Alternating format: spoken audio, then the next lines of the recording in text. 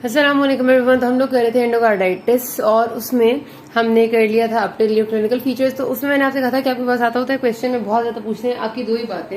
एक आपका पूछते होते हैं रिमेटिक हार्ट फीवर या रिमेटिक हार्ट डिजीज होती है जो आपकी, उसमें आपसे जोन्स क्राइटेरिया पूछते हैं, और यहाँ पर इन्फेक्टिव एंडोकार्डाइटिस में आपसे ड्यूक्स क्राइटेरिया पूछते हैं। तो जरा आपने इसको याद करना है। सिंपल सी बात है कि कुछ इसकी मेजर फीचर्स हैं कि ये पेशेंट में हो तो उनको हम कहते हैं कि ये मेजर फीचर्स हैं इन्फेक्टिव एंडोकार्डाइटिस के, कुछ माइनर है कि ये होंगे तो हम माइनर फीचर्स कहेंगे। मेजर में दो में आपकी इंपॉर्टेंट चीजें आती हैं। एक तो ये कि आपका कल्चर क्या शो करता है, यानी ब्लड का जो आपने कल्चर कराया है, तो आपके दो कल्चर्स अगर शो कर देते हैं कि आपके टिपिकल ऑर्गेनिज्म जो इन्फेक्टिव एंडोकार्डाइटिस में है वो प्रेजेंट है, तो एक तो ये हो सकता है, उसको हम पॉजिटिव ब्लड कल्चर कहेंगे। और वो दो कल्चर्स आप 12 घंटे के डिफरेंस से लें तो भी दोनों पॉजिटिव आए, या फिर 1 घंटे के डिफरेंस से 3 या उससे ज्यादा कल्चर्स पॉजिटिव आए। अब ये क्यों हमने इस तरह कल्चर को डिफरेंट लिया है? असल में प्रॉब्लम ये होती है कि कभी कभार आप एक दफा जब ब्लड लेते हैं ना, तो वो किसी नॉर्मल से इन्फेक्शन की वजह से कभी पॉजिटिव आ जाते हैं, कभी कभार लेने की टेक्निक फॉल्टी होती है। कभी आपका हो सकता है कि ब्लड लेते हुए जिसने लिया था उसने स्किन का कोई बैक्टीरिया था जो साथ बीच में चला गया, कभी ब्लड लेने वाली साइट ठीक से साफ नहीं हुई थी तो उसकी वजह से इन्फेक्शन ब्लड के अंदर इंट्रोड्यूस हो गया। तो ये सारे वो फैक्टर्स होते हैं जो कि आपको गलत डायग्नोसिस दे देते हैं और आपका कल्चर पॉजिटिव आ जाता है और आप सोचने लग जाते हैं पेशेंट को इन्फेक्टिव एंडोकार्डाइटिस है, हालांकि नहीं होता। तो क्योंकि इन्फेक्टिव एंडोकार्डाइटिस की ट्रीटमेंट रेजिमेंट फिर बिल्कुल डिफरेंट हो जाता है, हैवी एंटीबायोटिक्स आ जाती है, हमें डिफरेंट तरह के इन्वेस्टिगेशन पे जाना पड़ता है। इस वजह से कल्चर को ये कहा जाता है कि मेजर क्राइटेरिया तब पूरा होता है जब आपके दो कल्चर ब्लड के कम से कम पॉजिटिव हो, जो कि 12 घंटे के डिफरेंस से लिए, कभी लिए 12 घंटे बाद लिए, दोनों पॉजिटिव आने चाहिए। और या फिर अगर 1 घंटे के फासले से आपने 2 दफा ब्लड लिए तो उन दोनों में कम से कम 2 दफा नहीं, मतलब 3 ऐसे कल्चर जोन जो फिर पॉजिटिव आए अगर 1 घंटे के फासले से लिए, ठीक है। एक तो ये होती है। दूसरा ये कि उसके साथ आपको एकोकार्डियोग्राफी पे बाकायदा तौर पे, ज़ाहिर है आप एको करते हैं तो आपको वेल्व्स नजर आते हैं और वेल्व्स के ऊपर आपको वेजिटेशन नजर आएंगी, ठीक है। जो आपको कैरेक्टरिस्टिक वर्ड हम इन्फेक्टिव एंडोकार्डाइटिस में इस्तेमाल करते हैं वो वेजिटेशन होती है। कि वेल्व पे वेजिटेशन का मतलब ये है कि वेल्व पे पहले से सपोज फिब्रिन और प्लेटलेट था और उसमें वहां बैक्टीरिया बैठ जाएगा तो उसको एक पूरी जो वहां पर एक जमीन होगी, वेल्व इज अ जमीन, और उसके ऊपर जैसे सब्जी ग्रो करती है ना, उस तरह हमने कहा वेजिटेशन होगी है। तो बैक्टीरिया की वेजिटेशन हुई होती है वेल्व पे जो नजर आती है हमें एकोकार्डियोग्राफी भी, ठीक है। या फिर पेशेंट को पहले से सपोज कि एओर्टिक रीगर्जिटेशन का पेशेंट था, अब उसको माइट्रल रीगर्जिटेशन भी हो गई है, यानी कि एक नई रीगर्जिटेशन या एक नई वेल्व की एब्नॉर्मेलिटी ऐड होगी है, तो उसको हम कहते हैं कि ये भी आ सकता है कि पॉजिटिव में। अगर आपको सपोज एकोकार्डियोग्राफी पे वेल्व में कोई एब्नॉर्मेलिटी नजर नहीं आई लेकिन पेशेंट के एक नई रीगर्ज का आपको साइंस और सिम्टम्स मिल रहे हैं तो ये हम पॉजिटिव ले लेते हैं, ठीक है।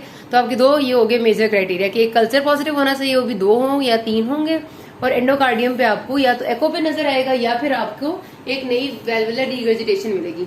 अब माइनर क्राइटेरिया क्या क्या होते हैं जो कि डायग्नोसिस ऑफ इन्फेक्टिव एंडोकार्डाइटिस को कंफर्म करते हैं कि आपकी पहली चीज कोई भी कार्डिक एब्नॉर्मेलिटी पेशेंट को पहले से है। मैंने को बताया था वेल्वुलर एब्नॉर्मेलिटी खासतौर पे कि पहले से होने वाली वेल्वुलर एब्नॉर्मेलिटी पे ये वाला जो इन्फेक्शन है ये मोस्ट प्रोबेबली हो जाता है। फिर दूसरी पेशेंट आईवी ड्रग अब्यूजर है, आईवी ड्रग्स अब्यूजर्स को बहुत कॉमनली होते हैं, ठीक है।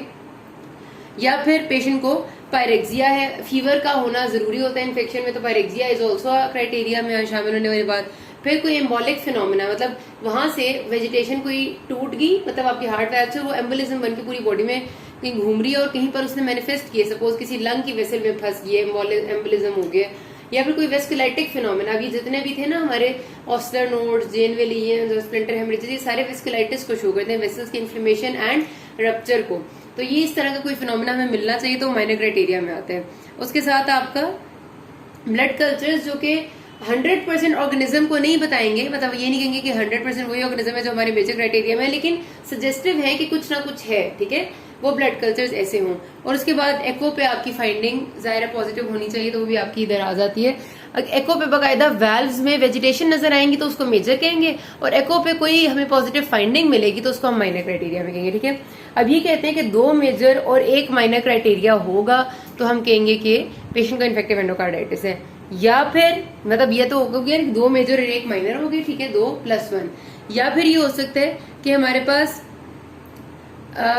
5 माइनर हो जाए तो फिर भी हम कह सकते हैं कि मेजर कोई भी नहीं है लेकिन 5 माइनर है तो भी हम इन्फेक्टिव एंडोकार्डाइटिस पेशेंट को कह सकते हैं, ठीक है। तो इस तरह की डिफरेंट पॉसिबिलिटीज है कि कितने मेजर कितने माइनर हो, तो 12 ड्यूक्स क्राइटेरिया कहते हैं, लेकिन ड्यूक्स क्राइटेरिया में है कि ये आपको आना चाहिए। अब अगली बात क्या है, हमने इन्वेस्टिगेशन जो करानी है वो सबसे पहले तो ब्लड कल्चर है। मैंने भी आपको बता दिया कि ब्लड कल्चर एक नहीं लेना होता, एक कल्चर का बहुत ज्यादा ये खतरा होता है कि वो इन्फेक्टिव हो, वो किसी गलत तरीके से लिया जाए, कोई मसला हो। इस वजह से कहते ही है कि आप 6 घंटे बाद 3 दफा कल्चर लें, या घंटे बाद 6 दफा कल्चर लें, लेकिन कल्चर करें मतलब ये कि 6 दफा ब्लड सैंपल लें और उनको अलग अलग कल्चर करें, ताकि कंफर्म हो डायग्नोसिस कि वाकई में ये है, और है तो कौन सा बैक्टीरिया, क्योंकि बैक्टीरिया के हिसाब से आपका ट्रीटमेंट रेजिमेंट बदलता है। तो इस वजह से आपका ब्लड कल्चर बहुत ज्यादा इंपॉर्टेंट है। कभी भी पहले से अगर किसी पेशेंट को सपोज आईवी लाइन डली हुई है, तो उस पहले से डली हुई आईवी लाइन से कभी भी ब्लड नहीं ड्रॉ करना, क्योंकि पहले से डली हुई आईवी लाइन में अक्सर बैक्टीरिया ग्रो किया हुआ होता है और वो आपको नेगेटिव या फॉल्स पॉजिटिव रिजल्ट्स पर ही देगा। ठीक है, तो अगर पेशेंट, अक्सर नर्सेज ये करती है ना, टाइम बचाने के लिए पेशेंट को कैनुला डला हुआ होता है उसी कैनुला में से लेती है, ऐसा नहीं करना होता। आपने अलग से फ्रेश साइट को पियर्स करना होता है, साफ करके वहां से लेना है ब्लड। अच्छा, एकोकार्डियोग्राफी में आपको साफ साफ नजर आ जाता है। 1 इतनी बड़ी होगी कि 2 से 4 मिलीमीटर साइज की वेजिटेशन होगी तब तो नजर आएगी, लेकिन 1 मिलीमीटर की भी आप एको पे अप्रिशिएट कर लेते हैं, लेकिन उसके लिए आपको ट्रांस एसोफेजियल एकोकार्डियोग्राफी करनी पड़ती है। ठीक है, अगर 2 मिलीमीटर तक होती है तो वो आपको नॉर्मल वाली एको जो होती है ना ट्रांसथोरेसिक, उस पर नजर आ जाती है, लेकिन 2 से छोटी नहीं नजर आती। तो उसके लिए आप ट्रांस एसोफेजियल करते हैं, इसोफेगस के थ्रू आप एकोकार्डियोग्राफी करते हैं, तो उस पर आपको 1 मिलीमीटर वाली वेजिटेशन भी नजर आ जाती है आराम से, और आपको पता चल जाता है, कंफर्म हो जाता है कि इन्फेक्टिव एंडोकार्डाइटिस है। लेकिन फिर वही बात है कि अगर आपको नहीं भी नजर आती तो आप ये नहीं कह सकते इन्फेक्टिव एंडोकार्डाइटिस नहीं है, क्योंकि हमारे पास अगर कल्चर पॉजिटिव आ जाता है और साथ हमें कुछ माइनर क्राइटेरिया 4-5 मिल जाते हैं, तो फिर इसका मतलब है कि पॉजिटिव है। ठीक है, अच्छा, उसके अलावा आपके जो इन्फ्लेमेटरी मार्कर्स हैं वो बढ़ जाएंगे, ईएसआर और सीआरपी दोनों रेज मिलेंगे, ब्लड सीपी में आपको व्हाइट सेल काउंट इंक्रीज मिलेगा जैसे एक्सपेक्टेड है। ठीक है, उसके बाद आपका ईसीजी पे अगर कोई भी किस्म की रीगर्जिटेशन चल रही है तो उसके हिसाब से जो चेंजेस आते हैं, सपोज मैंने आपको बताया था एओर्टिक अगर स्टेनोसिस या एओर्टिक रीगर्जिटेशन है तो उसमें लेफ्ट वेंट्रिकुलर हाइपरट्रोफी के चेंजेस आएंगे। हो सकता है कोई आपका माइट्रल वाल्व का मसला हो तो एवी ब्लॉक की तरह की सीन आ रहा है, लेकिन जो भी चीज होती है उस तरह के चेंजेस आपको ईसीजी में मिल सकते हैं। और एक्सरे में आपको अगर हार्ट में इतना मसला हो चुका है कि हार्ट का कोई चैम्बर इंक्रीज इन साइज हो गया, उसका साइज इंक्रीज होगा तो कार्डियोमेगेली नजर आएगी, कि हार्ट फेलियर की तरफ अगर जा रहा है तो आपको उसका एविडेंस मिल सकता है पल्मनरी उसकी थ्रू क्या हो जाता है, एडेमा, पल्मनरी एडेमा। हमने काफी दफा बात की है कि जब भी आपका लेफ्ट हार्ट फेलियर होता है तो बैक प्रेशर इंक्रीज होता है और पल्मनरी एडेमा होता है, तो वो आपको चेस्ट एक्सरे पे नजर आ जाएगा। इसका मतलब होगा कि आपका हार्ट फेलियर की तरफ जा रहा है। मैनेजमेंट किस तरह करनी होती है कि अगर आपके पेशेंट जो है वो सब एक्यूट स्टेट में आपके पास प्रेजेंट किया, तो पहले ये ऑप्शन होता है कि आप कल्चर का वेट करेंगे, जब तक कल्चर का रिजल्ट नहीं आएगा, बैक्टीरिया का पता नहीं चलेगा, तब तक आप नहीं दवाई देंगे पेशेंट को, एंटीबायोटिक नहीं देंगे, सिंपल एंटीपायरेटिक्स दे देंगे और सपोर्टिव थेरेपी अगर किसी की जरूरत है तो वो दे देंगे, लेकिन एंटीबायोटिक नहीं देंगे। लेकिन दूसरी ऑप्शन ये होती है कि अगर आपको सब एक्यूट में भी लगता है कि पेशेंट को एंटीबायोटिक देना जरूरी है, तो फर्स्ट स्टार्ट की जाती है एमोक्सिसिलिन से, जो आप देते हैं आईवी लाइन से आप देंगे 6 टाइम्स डेली 2 ग्राम। ठीक है, 2 ग्राम 6 टाइम्स डेली देंगे आईवी लाइन से। अब ये जरूरी होता है कि चेक कर ले पहले कि पेशेंट पेनिसिलिन से एलर्जिक तो नहीं, क्योंकि एलर्जिक पेशेंट्स को फिर हम ये नहीं देते, उनके लिए फिर हमारे पास ट्रीटमेंट रेजिमेंट में हम इस्तेमाल कर लेते हैं, क्विनोलोन्स इस्तेमाल कर लेते हैं, या फिर हम आजकल जो दूसरी आईवी अपनी वो वाले मेट्रोनिडाजोल जो आपके ग्रुप में आती है उनको इस्तेमाल कर लेते हैं।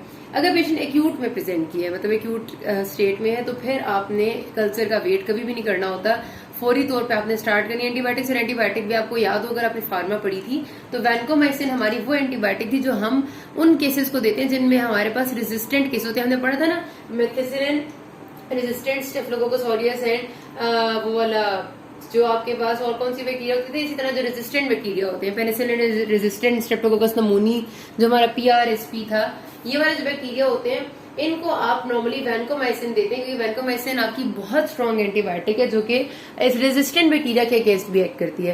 तो एक्यूट केस वाले जो पेशेंट्स होते हैं उनमें हमारे पास इतना नहीं होता टाइम कि हम वेट करें और पहले कोई हल्की एंटीबायोटिक दें, फिर देखें कि ठीक होते हैं नहीं होते, फिर हैवी पे जाएं।